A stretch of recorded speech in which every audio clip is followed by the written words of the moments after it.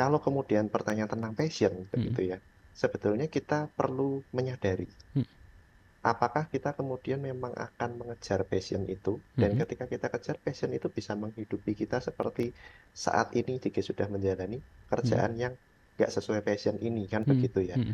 Karena target pertamanya semua makhluk hidup itu kan survive dulu, kan begitu ya. Betul, betul. Ketika kita kemudian bisa survive, kita baru kemudian bisa mikirin, sebenarnya saya passionnya dengan apa sih Mhm. begitu. Mhm. Kalau Diki merasa bahwa passionnya ini kemudian bisa menghidupi, kejar begitu. Mhm. Situasinya aman buat Diki mengejar passion, kejar begitu. Mhm. Tapi kalau enggak, bangun dulu fondasinya untuk Diki mengejar passionnya. Mhm. Kalau fondasinya sudah kuat, Diki punya pilihan, Diki punya kebebasan untuk memilih nantinya.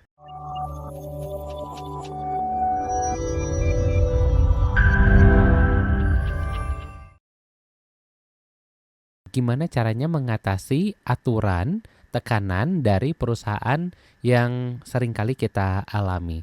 Silahkan Kak Rangga. Ini mungkin aturan-aturan yang tidak sejalan dengan hati kita, sulit untuk kita jalani. Seperti apa sih untuk mengatasi tekanan dan juga aturan-aturan ini? Oke, ya yang pertama tadi ketika kita punya hal-hal yang aturan, kemudian Mhm. situasi itu kan di luar kendalinya kita gitu ya. Mhm. Yang kita bisa lakukan sebenarnya adalah aware dulu apa yang Mhm. kita rasain akibat dari tekanan dari aturan-aturan itu, Mhm.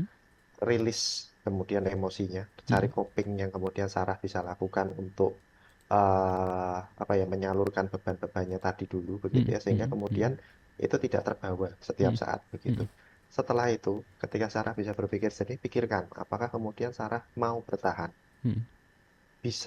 bisakah mencari tempat yang lain Mhm. begitu, atau kemudian mau seperti apa begitu. Mhm. Pilihannya tersaji begitu ya, tapi Mhm. kemudian kita butuh jernih untuk bisa menentukan keputusan yang terbaik begitu. In this economy Indeks ekonomi ya, harus bisa menentukan. harus wise. Harus wise ya. Baik, terima kasih Sarah sudah bertanya. Ada pertanyaan lainnya juga dari Diki. Selamat malam buat Kak Hans dan juga Kak Rangga. Ini memang betul dalam kondisi kita bekerja seringkali tidak enak untuk kita jalani. Untuk kondisi saya, saat ini saya bekerja dan tidak sesuai dengan passion saya. Saya tidak menyukai bidang ini, namun karena keadaan saya terpaksa untuk bekerja di bidang tersebut. Dan untuk lingkungan kerja sendiri tidak mendukung. Seringkali di tempat kerja juga ini tidak nyaman. Ada beberapa tekanan-tekanan dari tempat kerja, baik dari atasan maupun dari rekan-rekan. Dan juga seringkali kalau di rumah juga saya tidak bisa bercerita soal kerjaan karena takut menjadi beban pikiran keluarga. Apa yang harus saya lakukan dalam kondisi yang seperti ini? Mohon dijawab. Terima kasih. Silahkan Kak Rangga. Oke, Diki, yang pertama begitu Mm-mm. ya, bahwa coping itu nggak mesti harus cerita Mm. gitu. Ada aktivitas-aktivitas yang Diki bisa explore begitu, Mm-mm. olahraga mungkin, atau kemudian meditasi, atau Mm-mm. bahkan sebetulnya yang populer di media sosial Indonesia, aktivitas religius, berdoa Oh begitu. ya. Siapa tahu Mm. cocok begitu kan. Mm-mm. Itu bisa dieksplor ke situ, atau Mm-mm. kesenian Mm-mm. art begitu ya, Mm-mm. nyanyi lah, nari lah, melukis lah begitu. Mm-mm. Itu bisa dicoba sebagai aktivitas copingnya Mm-mm. begitu. Mm-mm. Tapi kalau Diki tipenya senang bercerita, tapi Mm-mm. kemudian tidak tersedia tempatnya, Mm-mm.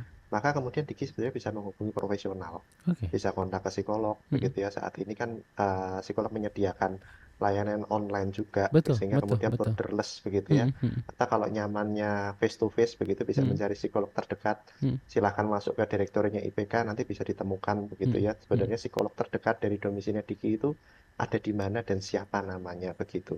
Itu bisa dilakukan. Kalau kemudian pertanyaan tentang passion Mhm. begitu ya, sebetulnya kita perlu menyadari Mhm. apakah kita kemudian memang akan mengejar passion itu, dan Mhm. ketika kita kejar passion itu bisa menghidupi kita seperti saat ini jika sudah menjalani Mhm. kerjaan yang nggak sesuai passion ini, kan Mhm. begitu ya. Mhm. Karena target pertamanya semua makhluk hidup itu kan survive dulu, kan begitu ya. Betul, betul. Ketika kita kemudian bisa survive, kita baru kemudian bisa mikirin, sebenarnya saya passionnya dengan apa sih Mhm. begitu. Mhm. Kalau Diki merasa bahwa passionnya ini kemudian bisa menghidupi, kejar begitu. Mhm. Situasinya aman buat Diki mengejar passion, kejar begitu. Mhm. Tapi kalau enggak, bangun dulu fondasinya untuk Diki mengejar passionnya. Hmm. Kalau fondasinya sudah kuat, Diki punya pilihan, Diki punya kebebasan untuk memilih nantinya. Hmm. Kurang lebih begitu. Oke, jadi survive dulu nomor satu, nanti passionnya baru bisa menyusul ya setelah sudah Mm-mm. berhasil untuk survive. Semoga menjawab juga ini untuk Diki. Satu penanya terakhir, Kak Rangga di malam hari ini dari Ratna. Selamat malam, Kak Rangga, ini saya mau bertanya. Saya dipaksa untuk mengerjakan beberapa data yang tidak seharusnya ada di sana. Dan ini juga menjadikan saya dilematis dalam mengerjakan pekerjaan karena tidak sesuai dengan hati nurani saya. Sementara saya masih membutuhkan pekerjaan ini. Apa yang sebenarnya harus saya lakukan? Apakah saya harus melanjutkan atau saya harus segera berhenti dan mencari pekerjaan baru? Terima kasih. Silakan Kak Rangga. Ya, situasinya dilematis begitu ya. Mm-mm, Kita ngomong ini kan tadi kalau saya menangkap kan ada kemudian sesuatu yang secara eksplisit disampaikan mm-mm, bahwa ini kan nggak etis kan mm-mm, begitu ya. Sebetulnya kembali ke pilihan kita selalu bisa mempertimbangkan dulu Ratna begitu. Yang pertama memang kita perlu clear dulu dengan emosinya kita. Kita mm-mm, bisa jernih berpikir bahwa mm-mm, kemudian kalau dari timbangan kita ini lebih berat mana? Mana mm-mm, konsekuensi yang lebih bisa kita pertimbangkan mm-mm, begitu ya. Yang mm-mm, bisa kita handle begitu mm-mm, kemudian. Kalau kita kerjain, kita punya konsekuensi. Akhirnya kemudian ada sesuatu yang mengganjal di hati mm-mm, kita nggak tahu untuk berapa lama, begitu ya. mm-mm. Tapi kalau kita tidak lakukan, kita kemudian tinggalin pekerjaan itu, jangan salah, ada konsekuensinya juga yang kemudian bisa muncul kan seperti itu ya. Betul. Nyari pekerjaan juga tidak mudah. Mm-mm, Apakah kemudian bisa mendapatkan sesuatu yang seperti yang saudara dapatkan mm-mm, ini juga belum tentu didapatkan mm-mm, seperti itu. mm-mm. Pertimbangan sekali lagi, terus kemudian timbang di situ, mana yang Ratna lebih bisa handle. Ada nggak enaknya semua? Ada.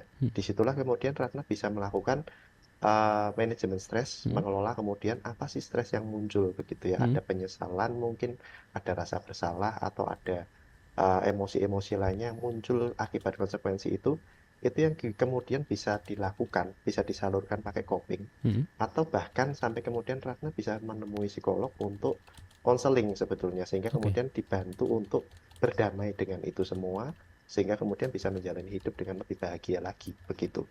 Baik, karena nggak waktu kita sudah hampir habis 1 menit terakhir nih bersama dengan sahabat Sonora. Mungkin ada hal penting yang perlu di-highlight atau perlu diinformasikan pada sahabat Sonora sebagai closing statement. Silakan, Karangga.